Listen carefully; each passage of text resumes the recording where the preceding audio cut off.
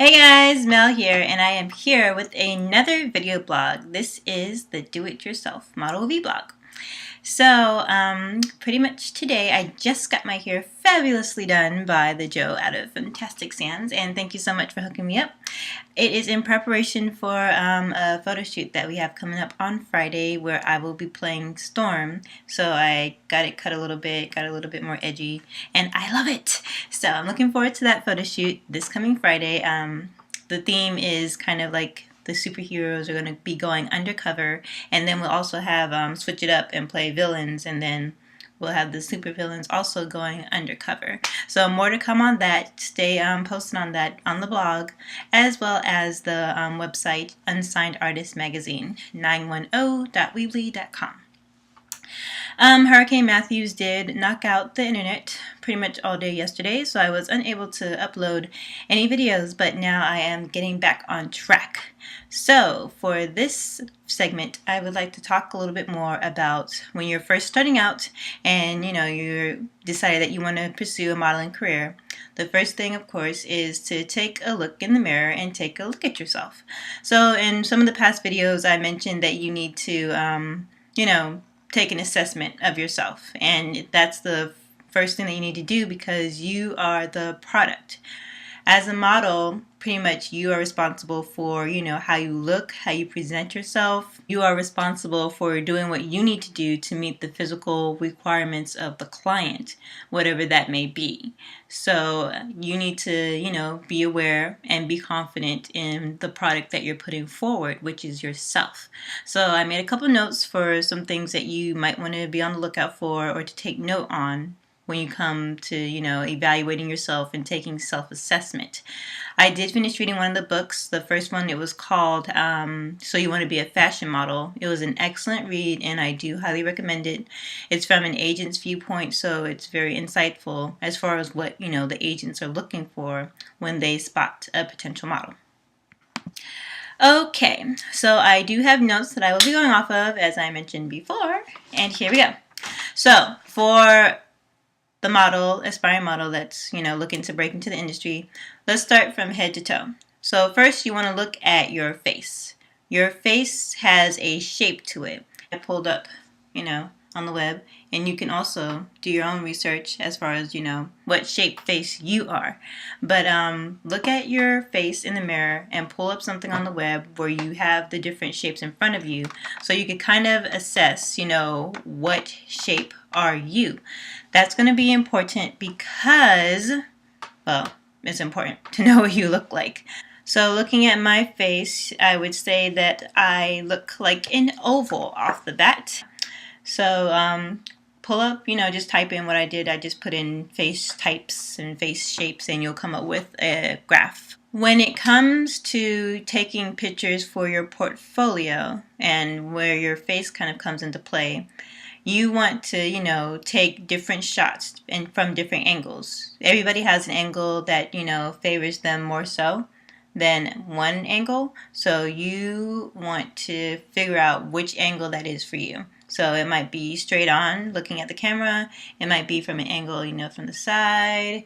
It might be tilted up or down a little bit. You have to figure out what angle works best for your face. Another thing about taking pictures is that agents typically don't want to see, hair in your face. They want your hair pulled back. They want it out of the way so they can get a look at your face and at your features and, to better assess your potential as a future model. For men, typically they like to see your hair to be kept shorter on the sides. Again, if you look at magazines, look at how men are wearing their hair. Those are the models that they've hired for the ads or whatever it is that they've got going on. So you don't want to do anything that's too far away from that unless you happen to be like one of those special category models and that look, long hair, whatever it is, really works for you. And you find an agent that likes that look on you. But other than that, you want to keep your hair shoulders on the side. So in the modeling world, let's do the definition of long. Long is considered not longer than maybe right about, not too much longer for females, not too much longer than like maybe right here or so. So not too much past your collar cheekbone, because you have to remember that as a model, it's your job to sell a product. And if you have hair flying all over the place all the time, then it's like, okay, you're hiding the clothes, you're hiding the blouse, you're hiding the bra, you're hiding whatever it is that you're modeling, and that's not what you're being hired for. So you have to be mindful of that. If you ever get a makeover where they cut your hair, or they have to pull your hair back all the time and you like to wear it down around your shoulders, you have to remember that you're there to sell a product. And that's why they would say, hey, you need to get the hair out of the way, or they're going to probably go after another model who, has shorter hair, has the look, and doesn't mind having their hair, shorter for whatever it is that they're trying to do. As far as facial hair for men, this is not favored typically. So if you have a lot of facial hair, then as a model, if that's what you're looking to do, you're more than likely going to be asked to get rid of it, because again, this is just my opinion, they're looking at your facial features, and if you have strong features, they're going to want to show that. They're not going to want to hide that. And unless it's like for maybe a product that applies to a beard or whatever it is, facial hair, then yes. But more often than not, you're probably going to see that the men have a clean shaven face. Alright, breakouts, acne. If your face is prone to breaking out, if you are a younger, like teenager, then you might want to hold off until, you kind of pass that phase. You don't want to go into a agency with acne all over your face. Yes, you can wear makeup and you can cover it up, but you have to remember that this is going to be a first impression sort of thing, and you don't want your first impression to be they remember you for having your face, full of acne and covered up with a bunch of makeup to hide the acne. So you want to wait definitely until your breakout clears up a bit. If you are older and like I have a couple spots, across my face, but if it's like something like what I have, you can probably not really see it. But if it's something that's, a couple, 1, 2, 3 here or there, it's not a big deal. You could use a little bit of makeup to cover it up, or you could just go in without covering it up, and that's perfectly fine. Definitely look into finding a product that works for clearing up your acne and for preventing it. Because again, as a model, you're the product, and having acne all over your face is not a good thing when you are, the face of a campaign ad or the face of anything that's being sold. So you definitely want to invest in, having clear skin, and if it means going to see a dermatologist, then go check out a dermatologist. Part of the things that could help as far as like acne breaking out is, of course, to get good rest, don't be stressing out, have a good diet, drink lots of water, all that good stuff. And when you put product in your hair, make sure that when you go to sleep, that is not stuff that's ending up on your pillow. If you sleep on a silk pillow, which I recommend, to protect your hair, then you have to be mindful of, when you sleep without wrapping your hair, then you're getting that stuff on the pillow, which is in turn, probably getting on your face. One of the things that was stressed from the books that I've been reading is that agents want to see you natural. This means that, yes, you might think that caking on a bunch of makeup is your best look and, it makes you look great. Agents don't care about that. Agencies do not care about that. They want to see what you look like without pretty much any makeup, because you have to keep in mind, as a model, you're being hired to convey an idea. You're being hired to become, another character, or to become something else to help someone else's vision come to life. You have to remember that you're a blank canvas, and you have to be capable of, interpreting and projecting all these different sorts of emotions, characters, visions, and ideas that the clients have. So when you go into an agency, they're not looking to see how good you look with makeup on, or the clothes that you're wearing. They might notice it, yes, but the whole point of going into an agency is for them to get an idea or a picture of you, who you are as an individual, and what you look like naturally without the makeup. So just stressing that again, yes, it's a beauty industry, and you want to look beautiful and feel beautiful. If you feel that you need makeup to feel and look beautiful, then you might want to really evaluate if this is something that you want to do. This is about you looking beautiful, naturally from the get-go. Especially you have to look beautiful naturally and be comfortable in your own skin before you can get to a level where you're comfortable, really being in front of a lot of people with and without makeup. You have to be comfortable and confident in yourself with that. Another thing that I noted to point out with go-sees and your presentation of yourself is that it's not the time to be creative. So again, with the makeup, you want to show them how great you look with the bold red lip, and you want to show them how you look with a cat eye. I read that you should not even have eyeliner on, like maybe a little bit of foundation to cover up any blemishes, if anything, but don't even walk in there with eyeliner, which I like to have because I feel that that kind of defines my eyes a little bit more. But they say don't even do that. Walk-ins to, be interviewed by the agency, that is not the time to, say or show off how pretty you are with makeup on. If anything, you want to have a portfolio where you can, wear the makeup red, wear the eyeliner, whatever. You show your creativity in your portfolio, but not at the go-see or at the, interview. Okay, so let's move it on down a little bit more to the rest of the body. With the body, you should know your shape. Hourglass shape, the inverted triangle shape, the apple shape, the pear shape, and the rectangle shape. So if you Google search that, you'll see what that looks like and what that means. And the reason why it's great to know your body type and your body shape is because this in turn will depict what looks good on you as far as clothing goes. When you walk into an agency, or even when you're walking around maybe in a big city like New York, New York is one of the largest fashion capitals of the world, and you can, probably bump into a bunch of people that are stylists that are looking at you and evaluating, what you're wearing, how that looks on you, does it flatter your figure or not.